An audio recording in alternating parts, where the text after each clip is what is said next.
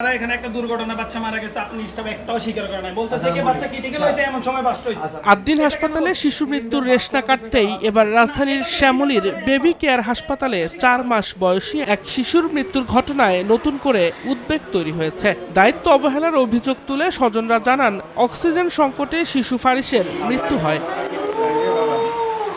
স্বজনদের দাবি চিকিৎসাধীন অবস্থায় অক্সিজেন সরবরাহে বিঘ্ন ঘটার পরও কার্যকর ব্যবস্থা নিতে ব্যর্থ হয় হাসপাতাল কর্তৃপক্ষ।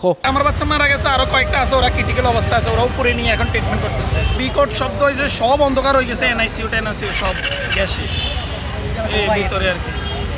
তবে এই অভিযোগ পুরোপুরি নাকচ করেছে হাসপাতাল প্রশাসন। কর্তব্যরত চিকিৎসকের দাবি অক্সিজেন সিলিন্ডার লিকেজের সঙ্গে শিশুটির মৃত্যুর কোনো সম্পর্ক নেই। আগে থেকেই শিশুটি সংকটাপন্ন অবস্থায় ছিল বলে দাবি চিকিৎসকের। লিকেজ যদি বলেন তাহলে আমার তো এখানে আরো পেশেন্ট ছিল। হ্যাঁ, লিকেজের বিষয়টা আসলে বাইরে থেকে হয়েছে, বিষয়টা ভিতরে এরকম কোনো কিছু হয়নি। বাচ্চাটা 15-20 দিন আগে হচ্ছে হাম জটিলতা থেকে মুক্ত হয়ে বাসায় যায়, কিন্তু তারপর আবার খারাপ হয়।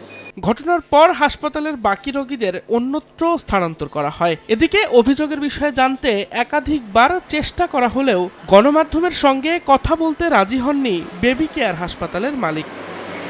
দিন মোহাম্মদ সাব্বির, সময় সংবাদ, ঢাকা।